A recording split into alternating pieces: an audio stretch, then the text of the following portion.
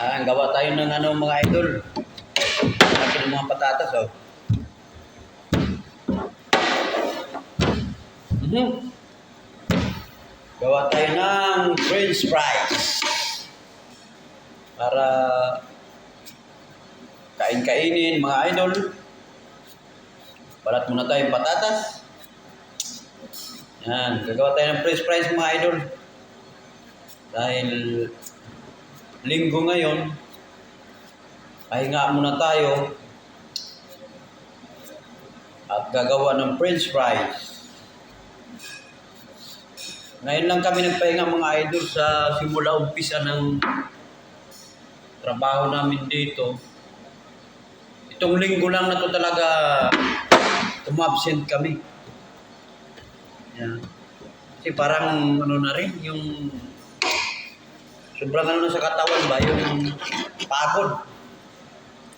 So kailangan din natin, mga idol, magpahinga, mag-relax kung minsan. Kasi pag sobra na ba sa trabaho, yung ma-overfatigue ka na. Nararamdaman ko talaga, mga idol, no? Yung sobrang pagod mo sa trabaho, yung sa loob ng isang linggo, di ba, 7 araw,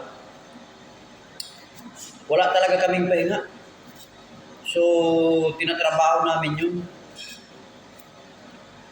Wala kaming pahinga nun sa loob ng isang linggo. Kasi sayang din yung kikitain mo, mga idol.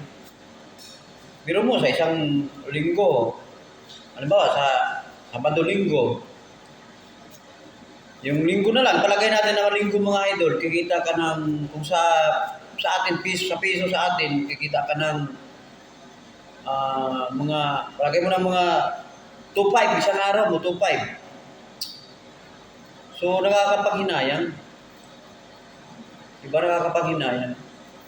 Kaso lang, pagka talagang yung mararamdaman mo sa katawan mo na parang nanginginig na yung katawan mo, parang humihingi na talaga siya ng rest. Yun. Rest ba? Tama.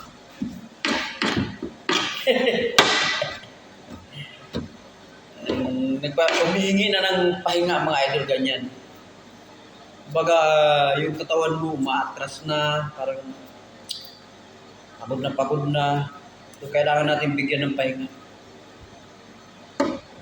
So, kasi pag sobra rin nating paghahangad ng kita, babalik din sa atin yun. Yung sobra nating paghahangad ng kita, ayaw na natin bigyan ng pahinga yung katawan natin. Babalik sa atin. Yung kinita natin, kulang pa yun. Kulang pa yun, mga idol, pampagamot yung kinikita natin. So, kailangan talaga natin magpahinga rin kahit sa loob ng isang buwan siguro, makapagpahinga ka ng 2 beses o 3 beses. Yan. Kasi mahirap din yung sobrang abuso sa katawan, yung puro ka na lang trabaho. Dito, alam nyo naman ang buhay ng isang OFW, isang abroad, di ba?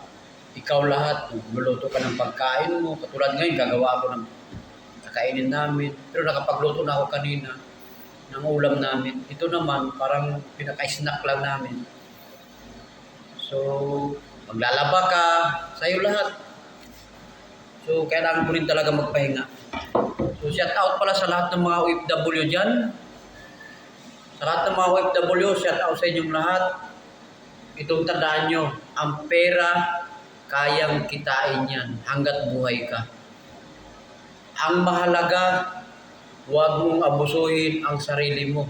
Kailangan mo magpahinga, bigyan mo ng relax ang katawan mo, kumain sa tamang oras, dahil ang katawan natin ang puhunan. Lahat ng pangarap mo, guguho yan pag bumigay ang katawan mo. Yan ang tandaan nyo, mga idol.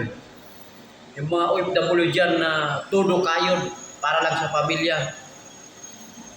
Mababaliwala lahat yan kung ang katawan mo bumigay. So, tandaan nyo to mga idol ha, sa lahat ng OFW dyan.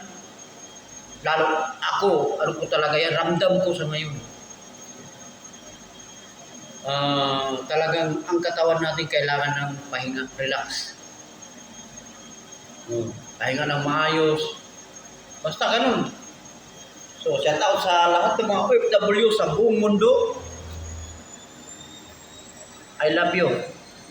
Mabuhay tayong lahat. Naway patuloy tayong ingatan ni Lord at palakasin para sa ating pamilya. I love you. Bye-bye.